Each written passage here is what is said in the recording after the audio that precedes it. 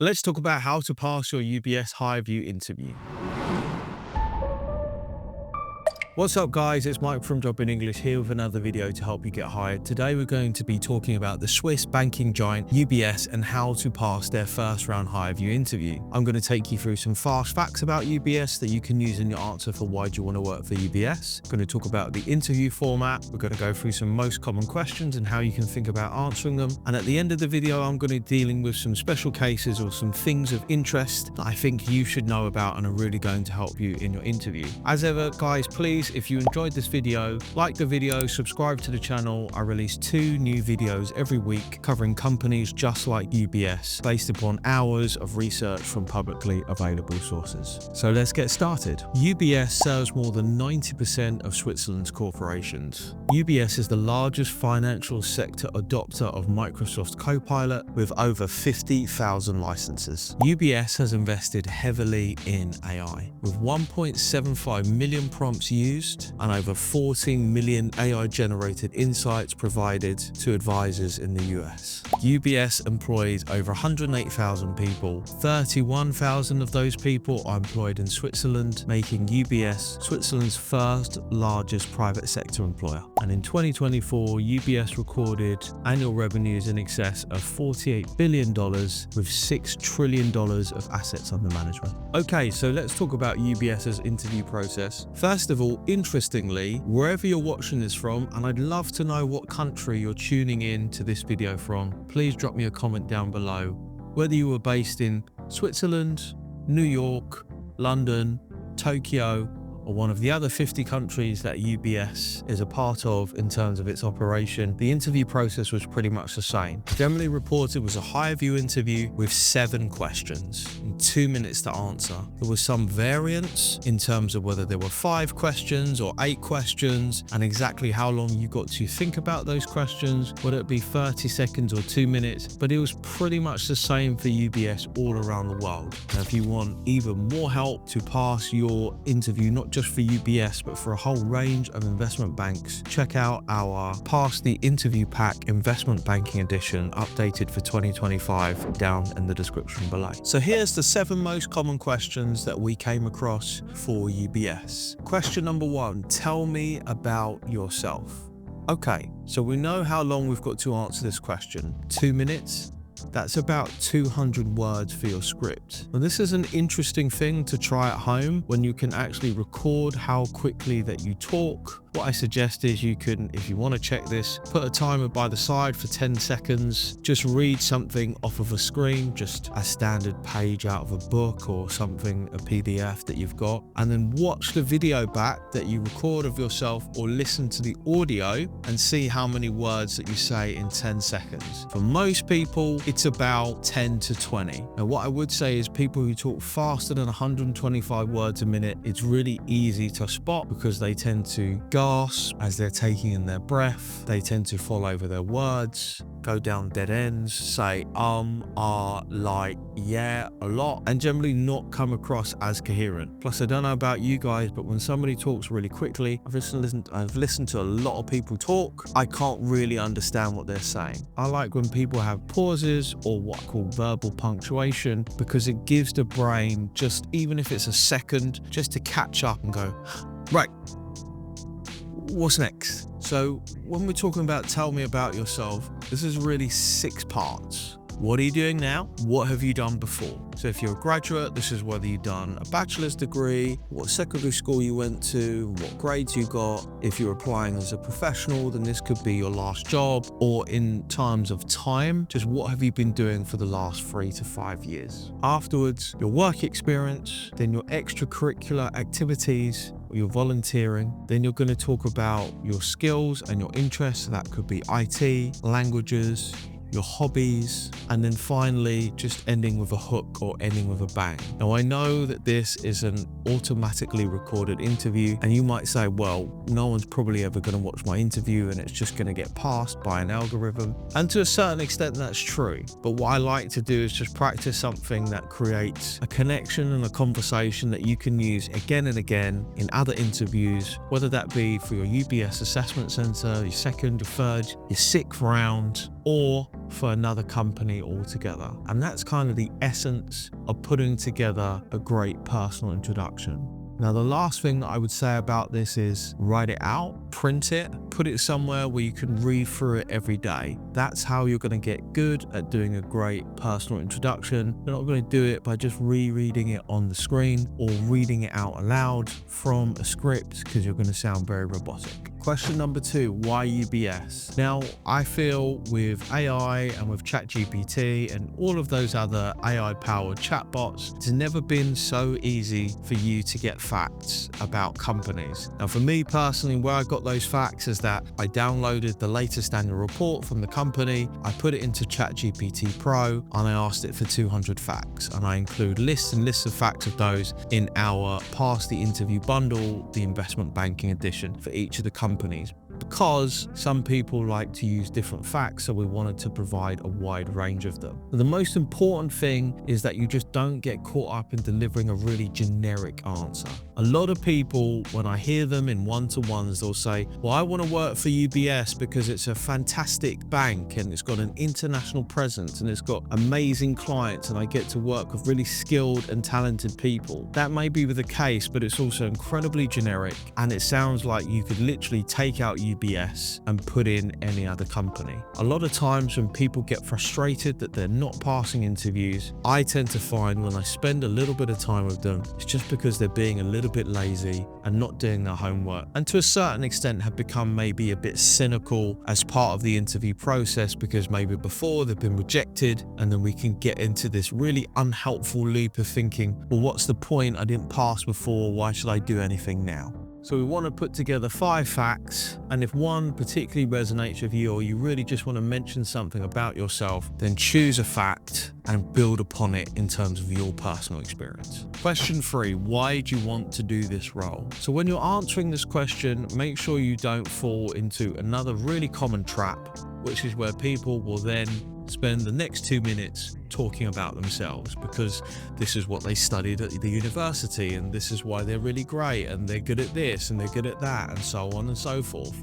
And what they mistakenly do is they don't mention anything about the job itself. And this is particularly important for one-way video interviews, where your response is being recorded, is being analyzed by an algorithm, and then in some way is being scored. Now, even though Hirevue doesn't release how it scores its interviews because it's proprietary technology, it's almost certain that what's happening is that your audio is being transcribed into text and then analyzed based upon a job description. So it's really important, in order for you to progress through this first round interview, that you give a really good account and understanding of what you would need to do for this job. In the second part of the answer, you can name 2 or 3 key skills or strengths with evidence that you can provide to help show that you're a good fit for the job. But please, don't spend your whole answer talking about yourself. Give somebody a really good account of what you know and expect to be doing in this role, to show that you understand the job that you're applying for. Question 4, what is some recent business news that you're interested in? Now, something that a lot of candidates reporting is that UBS was not particularly technical. They weren't asking a lot of technical questions, but they were interested in commercial news. And this is a very common theme throughout investment banks and throughout finance in general. To put it bluntly, if you're not interested in the industry and the business, then you're probably applying for the wrong job. And what they really want to try and worm out is people who are not that interested, or clearly disinterested based on the fact that they've done absolutely no additional reading. So this is something really easy for you to overcome. What's particularly advantageous is if you're watching this video and you actually don't have an interview coming up, you're just trying to get ready for the future. If it was me and I was wanting to work at an investment bank, I would sign up for 2 or 3 interesting newsletters. Even better, I would sign up for people who are interpreting the news for me, who I trust, and deliver it in a way that is engaging and easy to understand. Something that is a really common mistake, particularly from people who are younger, maybe interns or graduates, is that they do too much work or try and do stuff that's too hard because they want to impress people, because they don't have a lot of experience. Now, really, It's not knowledge if you don't use it. So try to pick out information, facts, stories, and pieces of commercial business news that just interest you. Maybe you're really interested in crypto. Maybe you're really interested in the medical industry in China. Whatever it is, sign up for a newsletter that is related to that. Something that you can sink your teeth into, and you make a bit more effort to dive in because you're interested. You genuinely find it something that you want to know more about, and you want to be armed with the facts. A little tip about this: try not to pick a piece of business news that's too big, that is too broad, and that's really difficult to explain in a simple way in 2 minutes. If you find that you're struggling to do that, i.e. you're reading news that is too complicated, too difficult to explain, or just too boring to keep your attention, move on to something else. There's plenty of news and plenty of things to choose from. Don't get obsessed with something and try and understand it, which is going to be largely pointless in the grand scheme of things. Question 5. What are your 5 key qualities, or what are your strengths? Now, this is an interesting question I really like. The advantage for this question is basically you just relate it to the job description. Now, when you go for a job description, this is basically a wish list from an employer. Very often I've seen, in the few occasions when I am on LinkedIn, people posting job descriptions and go, "This is insane. How could somebody know how to do all this stuff?" They probably don't. And you've obviously never written out a job description before. A job description often is a complete list of things that you want and would like that person to do. Now, the chances that they will be able to do all those things is basically none, but it gives you a comprehensive outlook of what you would do in that job. I.e., you're not joining the job and then somebody goes, "Well, you'd have to do A, B, C, D. Oh, by the way, you're gonna have to do E and F," and you go, "What are you talking about? There was no E and F on the job description." So there's also an element of being able to provide people with information. And there's also going to be key skills and strengths that they would like the candidate to have. And if the job description for UBS is not that helpful, then go and look somewhere else. Go and look at a different company. Go and look at a general website which deals with careers and job descriptions, like Prospects, which is my absolute favorite, prospects.ac.uk. And just somewhere that you can really dig into the role, get a good understanding, and then outline the key strengths so that to the algorithm who's passing your answer, or to the person who just listened, you're like, "Oh my God, you're absolutely perfect. Oh, I just can't believe it. You're basically saying all the things that I'd want you to do," just because it's so surprising when somebody actually takes the time to read the job description and understand what it is that they'd be doing. Question 6, describe a time that you faced difficulties. Now, there were a wide variety of competency questions that could get asked in the UBS interview. I would assume that there would be at least 3, and this is something that we go into a little bit more detail in our research note for UBS. But the point of answering a competency question, why I provided this one, is to really just to get you to think about the method and the strategy, the what to do. So what to do is to use something which is called STAR: situation, task, action, result. And you want to make sure that the majority of your answer is concentrated on the actual part. What did you do? How did you do it? Was it successful? Essentially. The situation of the task is the what did you do, the action is the how did you do it, and the result is the was it successful? Okay? Now, a couple of things to notice about this. First of all, be specific. When was it? What year was it? Where were you? What place were you in? Who were you with? Give their names. But what we're trying to do is just give a little bit of color to the story. A lot of times when I'm going through people's competency questions or something, a method that I like to call STAR stories that I use with the students who take our course, is saying, look, be specific. Good stories have specifics. You know, like when you've all gone out and with your mates, and maybe you've gone to a party, you've all got drunk, and then your friend comes back and he or she is telling a story and you're rolling in laughter, and they're being pretty specific about the stuff that happened, the way that people were, what they said, who they were with, and all those types of things. They didn't just say, "I went out, got drunk, came home." And that's a lot of times the way that people will answer competency questions, or say, "When I was at university working in a group for a module, I was part of a group of 6. We had to do a project." I mean, how boring is that story already? But yet so many times these are the type of STAR stories that I'm going to hear.